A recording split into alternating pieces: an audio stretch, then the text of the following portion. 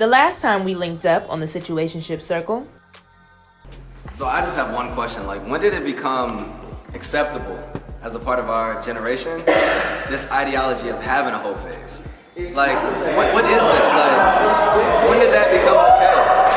Like, what happened to a virtuous woman? What happened to like a respectable man? Just because I choose to date does not mean I choose to fuck. The only problem I had with what Kyle said is what happened to a virtuous woman. Yeah, Mom ain't raised no hoe. Okay, I don't associate any behaviors that I display that are hoe-like. And now for episode 2, part 1. Welcome, guys. We are here today at another episode of the Situationship Circle. Yeah, so today we're going to dive into an amazing conversation. We're going to be talking a little bit about family dynamics. You guys okay with family dynamics? Yeah. I'm okay. We're going to pass out the cards and we're going to get ready to talk about the family dynamic. yeah. So we just gonna pass them. Yeah, just pass them. Pass them around. Yeah. I just don't want y'all to see me. I know I'm not good at that part. Okay, there you go. I have to.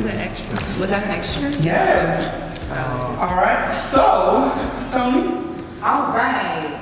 So, the first question that we have is, as it pertains to your upbringing, do you applaud, resent, or do you give your parents an E for effort? So, I want you guys to go ahead and turn around these cards and just Let's dig in. So, as it pertains to your upbringing, do you applaud? Do you resent, or do you give them an E for effort? I give my parents complete recognition. I give them everything, the respect, because they did everything for me. When it comes to my childhood, when you grow up differently, being gay is different. So I did begin to resent my parents in the end because of the way they acted. Now I'm my true self and not a kid who's supposed to be like other kids. What do you mean by in the end? Like as a teenager before being an adult. Okay. Yeah, because when you're with your parents as a child, they expect you to be what other kids are. Guys, little trucks, girls, Barbie dolls. I was either or, I was both at that time. So they didn't really understand that. So that means that, they began to maybe resent me too. But I do with my parents a little bit for those reasons. Okay. So let's jump across the table. Jazz, let's talk about it. So, I am the oldest of 7.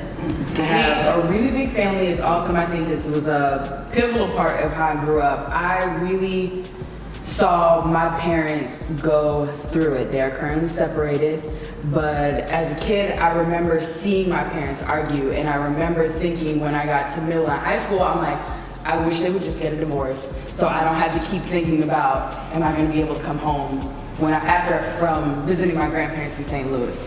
But with that being said, I think I got a chance to see my parents past the scope of parental units. I was able to watch my mom come out of a really rough and unfulfilling marriage and blossom into this woman, and I'm just like, boss up. Like, when you see your own mom, you're just like, yes, bitch, you gonna do it. I got to watch my mom do that, and I think it was like, damn, if she could do it with 7 kids, what is stopping me, a single woman? And then with my dad, I think he got a learning point with 7 kids, 6 of which are girls. He really got the point to learn this is how young ladies need to be treated. This is what a young lady needs to be raised. So I really appreciate how it was brought up. It wasn't always fun. It was rough sometimes, but I wouldn't change it for nothing. But who gives their parents an E for effort? Because, we all respect and love our parents, but nobody thinks that they would have done things differently. I know you are a parent, so is there... I think my perspective, I think parents, they try their best with what they have. Yes.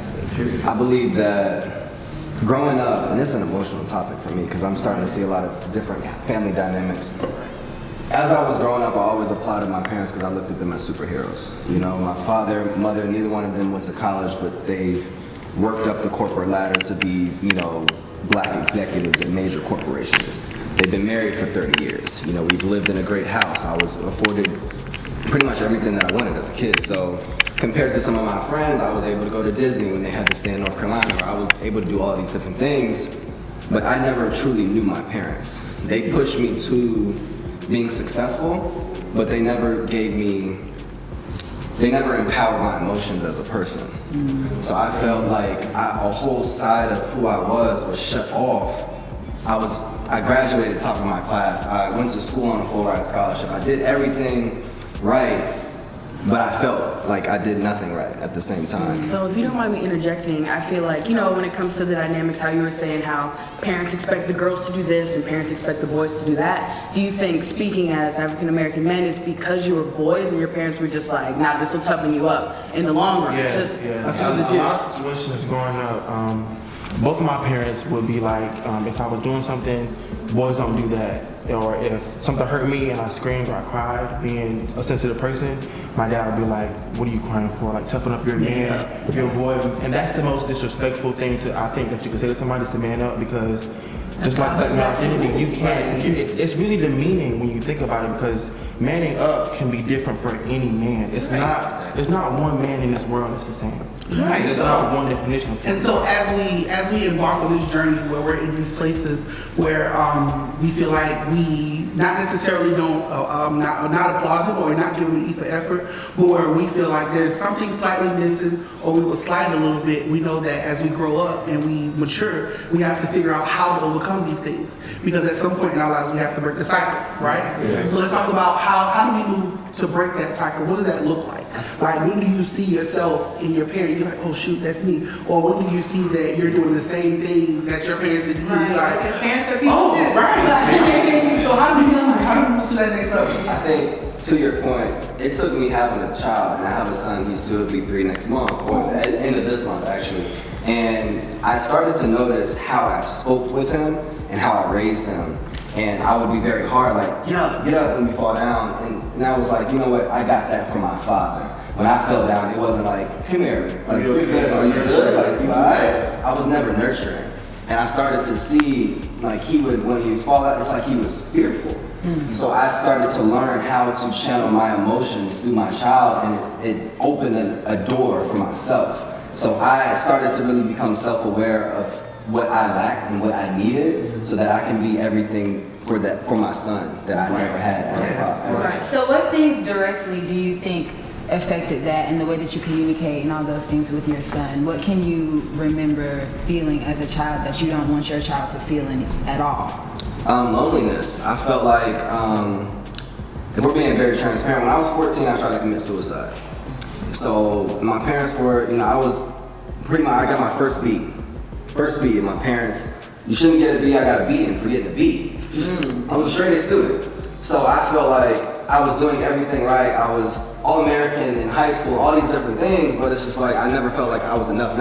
Anything that I did was never enough. So I literally went home and I tried to hang myself on the fan, and the fan broke. And then when that fan broke, it had a breakthrough through my life, and that I would never let a situation or circumstance or an environment dictate my life. And if I didn't have the connection that I had with my sister to be able to get me through, because she was older than me, so she went through it and had completely different perspectives, I now raise my children completely different, completely different. So the communication and how, even to dating, when I was dating women, and how my dad would do it and how he would talk to people and different things, it shaped me as a person. And it took me 26 years to kind of figure it out, and I'm still figuring out.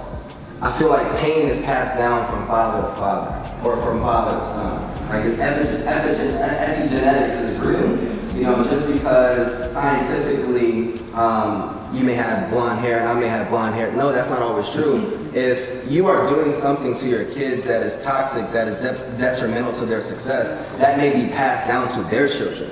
So we have to become self-aware to the things that we're not just doing, but accepting from other people. Right. And I never felt like I had the space to communicate that. Yeah, I think it's also important, like you said, parents are parents, they're not perfect, period. But when it comes to things passed down, with me personally, I feel like I was kind of raised in an angry home in some situations, and that passed down to me. but I don't try to blame my parents entirely because they're not perfect either. So when it comes to rating what they did, you know, they have recognition for everything they did for me, but I have to say these things you didn't. These things you did for me, period. So how do we break those cycles though? Like, how do we make sure that the things that have been passed down to us are not passed down to our children and their children? Because we can talk about it until we're blue in the face, but if we're not acting on it, then what's the point in speaking on it? I think. Oh, you can go ahead. I was gonna say, I think that for me, in my relationship with my parents, communication is the key.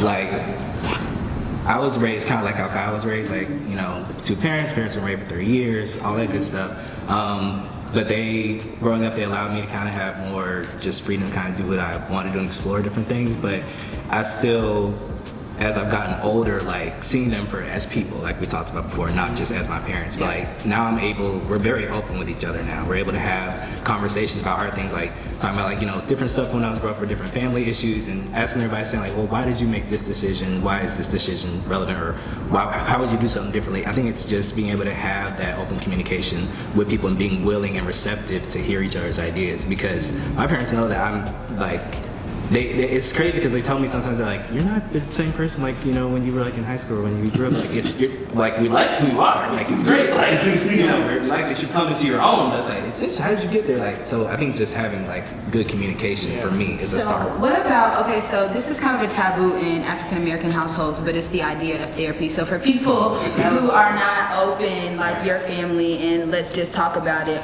are we going to Iyanla? Are we going to, because in my household, I know my mom would say, well, you need, you know, you can go talk to somebody. Well, both of us, let's go. She's like, nah, I don't need to do that. So I'm like, but this is our issue, you know what I mean? So how are we doing that, like, in these homes where communication is not, and we're the seen and not heard family? What stays in my home, it stays in my home. How do we do that? Do we just let it go and sweep it under the rug, or what do we do? I've learned that personally, with issues, in my situation, my parents haven't always been receptive to my opinion or to me communicating with them, so it's not effective in my home. I've had to take the personal journey emotionally, stressfully, and depression-wise to recognize what was done to me and why it affects me now, and how to not do that to people, my future children, my significant other, things like that. It doesn't mean that you have to communicate with them, but some people have to take the personal journey and to be like, okay, this was done to me, I can't do this. And also understanding that because this was done to me, this is how I am. What about not even just parents, but our siblings? Because we're talking about family dynamics. So family is not just our parents, but family could be like, I know in my family, like my extended family, we used to be close, but if we're talking about seeing people as people, I don't know if I don't know how I always feel about them on both sides. But dynamics are not just how we were raised, but it's also who we were raised with. And there's this idea of keep it the 5 people around you or who you are, like the, you know, we've all heard that before. I'm not messing it up. Colton, I see you over there. I see the hat. I got you. Outside of our parents, what about the other dynamics, the competition between siblings, the favorites, all that stuff? What is that, you know, how does that affect us today as adults? So I think it's affected my whole family dynamics as a whole. So my older brother is my father's child. My older sister is my mother's child.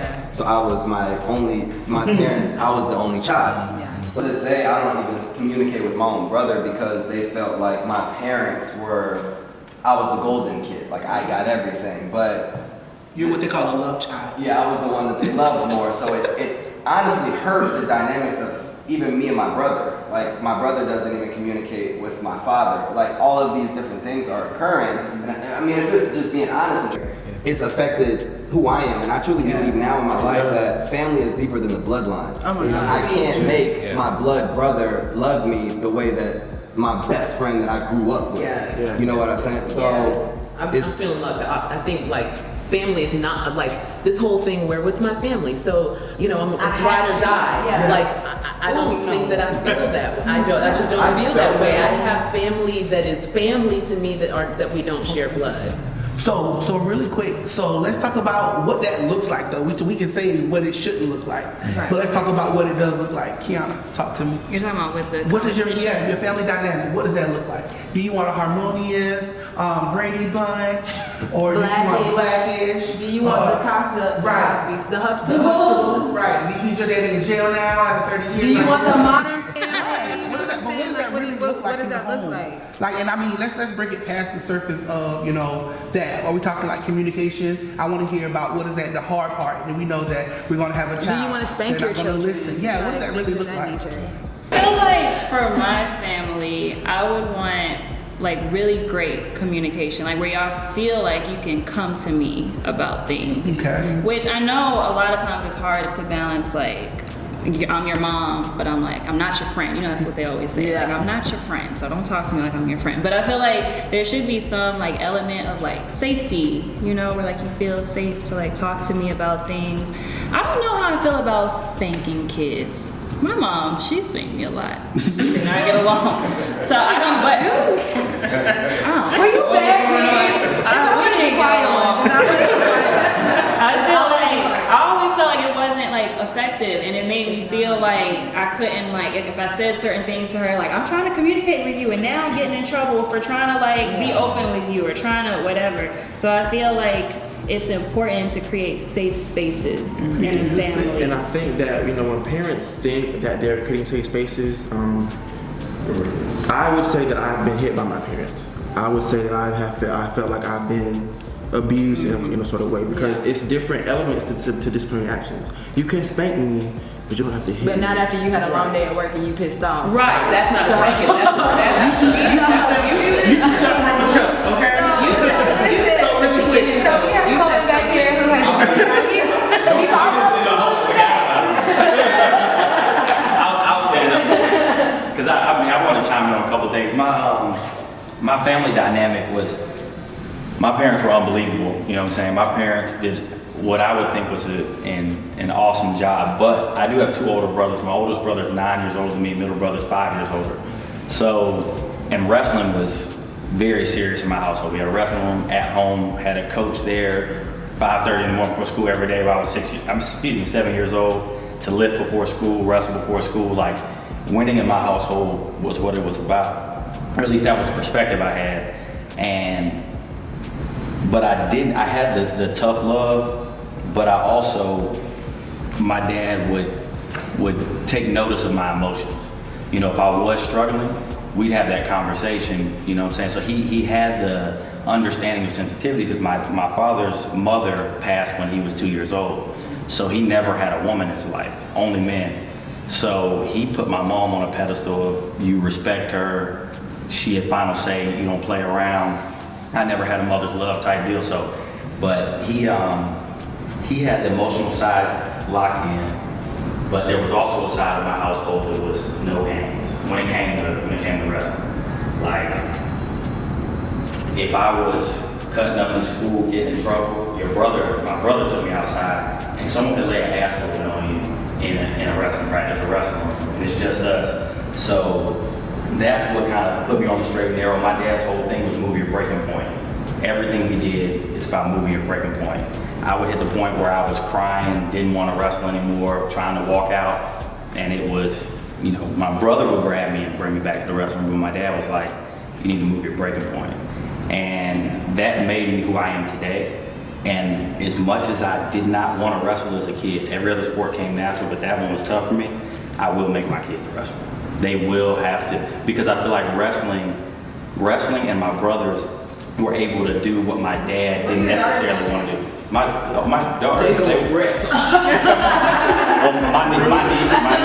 So get ready to, wait a minute. I mean, my niece got second in the nation in judo, so she wrestles too. Yeah, but what I'm saying, what I was saying is, so you're going to make your children do something. Do you not think that your children may be different from you, so they may resent you for what you make them do versus what you allow them to flourish in on their own. When you're 7 years old, I'm gonna make decisions for you. I mean, my parents made me play sports. I'm not gonna make my kid wrestle in high school, because once you get to the high school level and college, things like that, then there are kids that are very serious. So if you're getting whooped it's a terrible sport. You would hate me forever as a kid. But until you hit about 5th grade, I'm gonna make you run track, I'm gonna make you wrestle, I'm gonna make you go to camps that are educational. I'm gonna make you do those things because me making you do it will become a fine. Wait a minute. But just saying, like, I was forced to do certain things. I hated it at the time, but now I am extremely grateful that I was forced to do those things. Okay. All right, so we got one more interjection. Gary. How are you? Okay, so I just want to kind of say, like, the initial question, do I resent my parents for the way that they brought me up? I resent my father because he made me play sports when I was a young child. Forced me to play basketball, forced me to play baseball, forced me to play soccer. Hated it. Hated him for making me do it. And I feel like he wanted me to do it because he thought that it would make me a man or it would make me stronger. I feel like there are other ways to implement discipline in a child. Personally, I mean, if that worked for him, then great. If it made him a better person, then that's fantastic. But that's not something that I'm gonna force my children to do because I don't think that it's actually the right way to raise a child in my house. Yeah. I feel like if I'm forcing my child to do something and they don't want to do it and they have voiced the fact that they don't want to do it and they have a reason as to why they don't want to do it, why am I going to make them do it? So that you're saying you will communicate with your kids and you will allow them to tell you what it is they like and what they do not like. Definitely, as long as they can speak to why they don't want to do something, not just like, oh, I don't feel like it. No, if you have a valid reason as to why you don't want to do something, we're going to have a discussion and then I will go about it how I will. I mean, because honestly, just growing up in my house, it was just like, you have to do this because this is the right thing to do as a child. Because I said so. Let's jump to Kyle really quick. Yeah. So I agree with both perspectives. You know, my dad did a great job of cultivating me, and I've learned a lot from being an athlete, so I can completely agree. And I feel like your perspective comes from someone who doesn't have a child yet, because if you're forcing your kid to do something, you will end up regretting it in the future. Mm-hmm. So Carter, my son,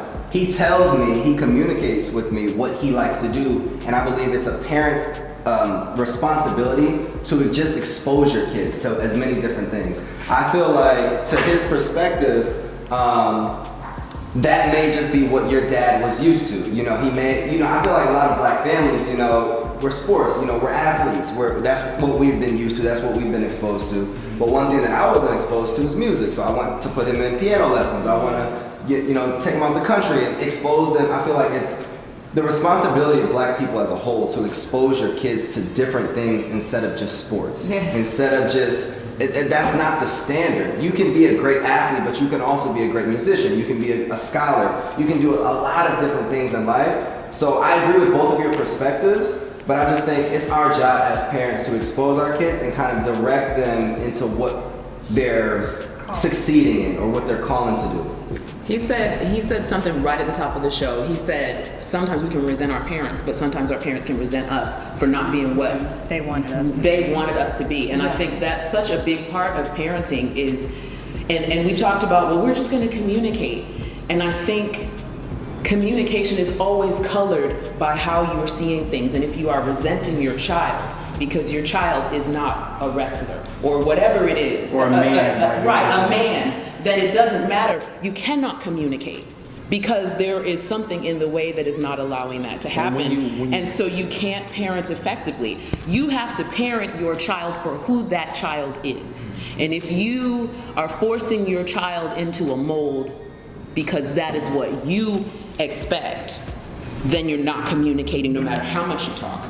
You're just not communicating. And you resent your child for not being what a child, what a man, what a black woman, whatever label you want to put on it. You're gonna resent that child for not being what you want your child to be. And I've been there, I know this from experience. It's hard. Your kids feel less love when you Yes, I mean, I grew up in this house where, for me, like, I felt invisible. I was the oldest, I felt invisible. My dad, he's not my dad, he's not my natural father. My younger brother and sister, I felt like they were the golden children and they got everything, and I was like the stepchild. I was the redheaded stepchild, and nobody communicated with me. Nobody encouraged me, well, why don't you try this? Well, why don't you do that? And I I'm a good singer, for example, and I'm not just, I am. I can sing really well. Nobody in my house ever said to me growing up, Tracy, you can sing. Maybe we should get you some lessons. That never happened. Yeah. I think it's very important that we realize that I think we're putting a title on whatever that stigma is, and we're being really like, oh, he want me to do this or he want me to do that. But what happens when it becomes to an issue that involves the entire family, like religion? What happens when your child doesn't want to go to church? Or what happened? Okay, well, before, can we?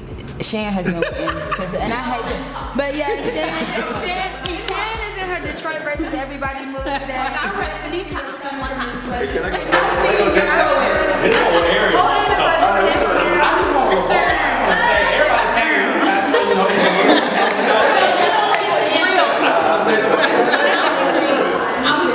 had a very unique dynamic growing up myself. Grew up in Detroit, and I had my biological father. Just in case y'all didn't know. So I have my biological father, I had the man who raised me, who was biracial, and then I have my stepdad, who my mom and they're married today. So I had 3 different dads with 3 different experiences. So as a young adult, a child growing up in the city, I was very, very tomboyish, very masculine. I won't say masculine, but I was very tough on the exterior, but so sensitive. I'm still hypersensitive. And I think, and I think a part of that sensitivity came from my mom always being the center. She was always the rock. She was always the one I came back to. And I think a great point, something that we missed earlier with the communication. We communicate, but one thing we didn't discuss in communication is boundaries. Boundaries have to be in place with communication. It does not matter that there are parents. It does not matter that there are siblings, our uncles, our aunts. Boundaries have to be, our children, they have to be established. You cannot have thorough communication without a boundary. If you are in a conversation with someone, a parent, a child, a sibling, you can't tell someone to shut the hell up and expect them to, honestly, that's shutting someone down. That is crushing someone with your words. So as growing up, that was just normal in my household. Shut the fuck up, shut the hell up, sit your ass down somewhere. And it's just like, you would do it, but inside, it's so much turmoil that you have to push past. So I wanted to just speak on communication and boundaries. No one gets a pass. I like to say that all the time. No one gets a pass. No one. You cannot skip boundaries in communication. Another thing that I wanted to touch on, what we were talking about earlier, is I might get some smoke for this, but I do believe, I don't have children yet. Hitting is a form of old mentality from slavery, to put someone into submission. If you cannot thoroughly communicate someone and you're forced to strike them, that's a cop-out. That's a cop-out. I feel that. My mom whipped me. I have an animal, I have a dog, I caught her when she's out of line. But I feel like if you can't thoroughly communicate with someone and you have to strike them. Oh, wait a minute. I'm sorry, I didn't want to like interrupt. Oh, I'm about to say that was in the Oh, okay, I didn't realize that. I'm sorry. You better not lose it. Okay, I think that there's a difference between hitting and spanking. There's a difference between beating and discipline. And I think that if you come home from a long day at work and you beat your child, that is not going to accomplish anything. No. But in the line of communication, if you take your child, you explain to them, okay, what you did was to the point where you need to feel some pain. And you beat them on their behind and you talk to them and you talk them through it.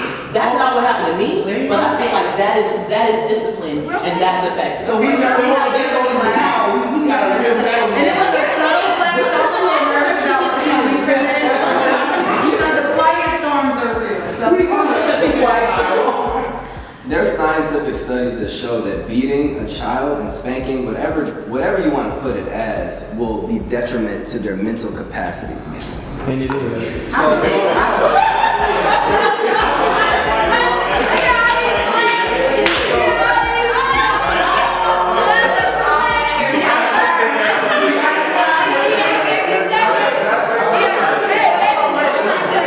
I want to say about whoopings.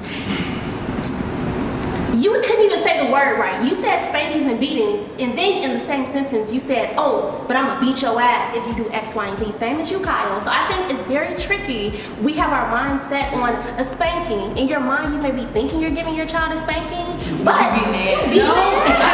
Your kids gonna need therapy. Like point blank. Factor in when forcing a kid to play sports necessarily, you know, and trying to make them a man. That wasn't the perspective I think my parents took by making me wrestle. I asked to quit at 9. I gave them valid reasons why I should not wrestle. It is not for me, and get dressed, get ready for practice. We got wrestling practice. Because You should never send your children upset. Right, and I think the younger they are, I think as they get older, they outgrow the need for a spanking. But when they're small, sometimes some pain on the ass is all they're gonna understand.